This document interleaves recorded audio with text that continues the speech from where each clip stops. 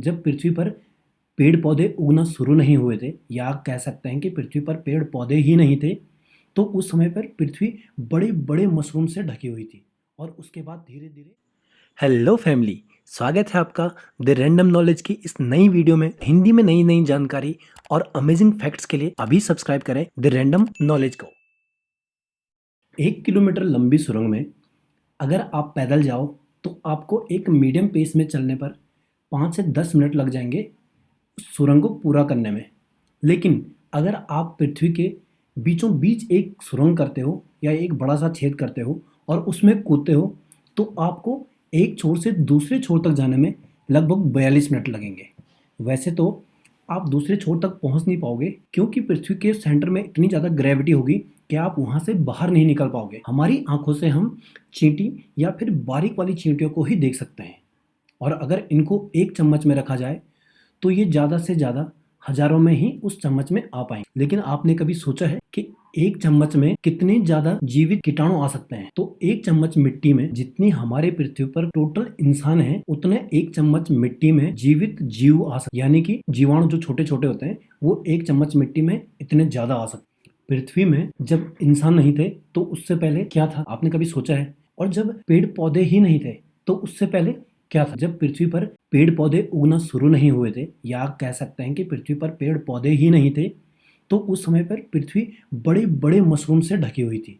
और उसके बाद धीरे धीरे पेड़ पौधे उगना शुरू हुए।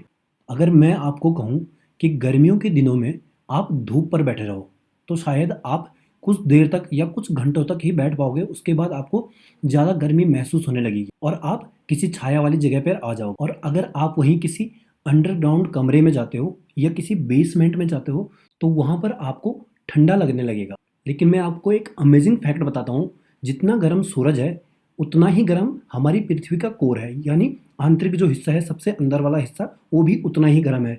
लेकिन आप धूप पर, जो कि पृथ्वी से इतनी दूर है सूरज, उसमें कुछ टाइम नहीं रह सकते हो। लेकिन आप बेसमेंट में, यानी बेसमेंट तो कोर के ज़्यादा नज़दीक हुआ, वहाँ पर रह सकते हो। ऐसा क्यों? सोचकर कमेंट में ज़रूर बताइए। जब तक पाइथागोरस नहीं हुए थे तब तक लोगों को पता ही नहीं था कि पृथ्वी गोल है। और लोग उससे पहले कुछ भी सोचते होंगे, कोई कहता होगा कि शायद चपटी है, क्योंकि सब कुछ समतल लगता था तो लोग कहते होंगे चपटी है।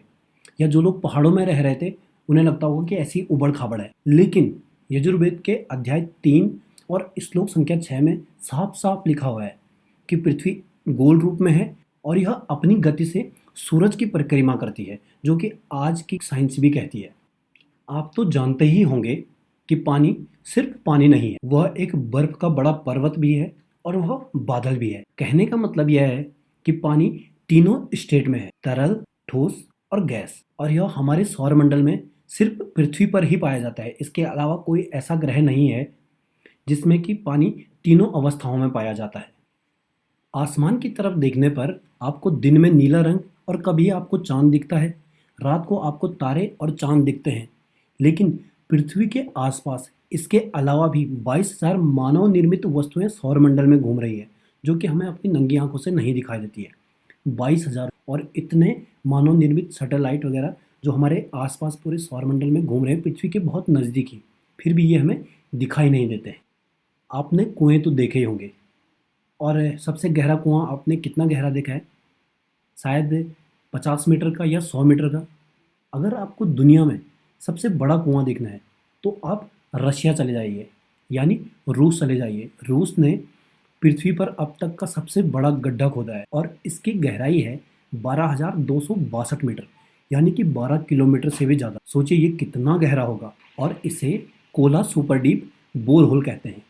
धन्यवाद। कैसी लगी आपको हमारी ये वीडियो? और अगर इस वीडियो पर 50 कमेंट और 100 लाइक पहुंच जाते हैं तो आपको मिलेंगे 500 रुपये। वो किन्हीं रैंडम 5 सब्सक्राइबर को मिलेंगे 500 रुपये। तो जल्दी कमेंट कर लीजिए और लाइक करना, सब्सक्राइब करना मत भूलना। धन्यवाद। Thanks for watching the random knowledge.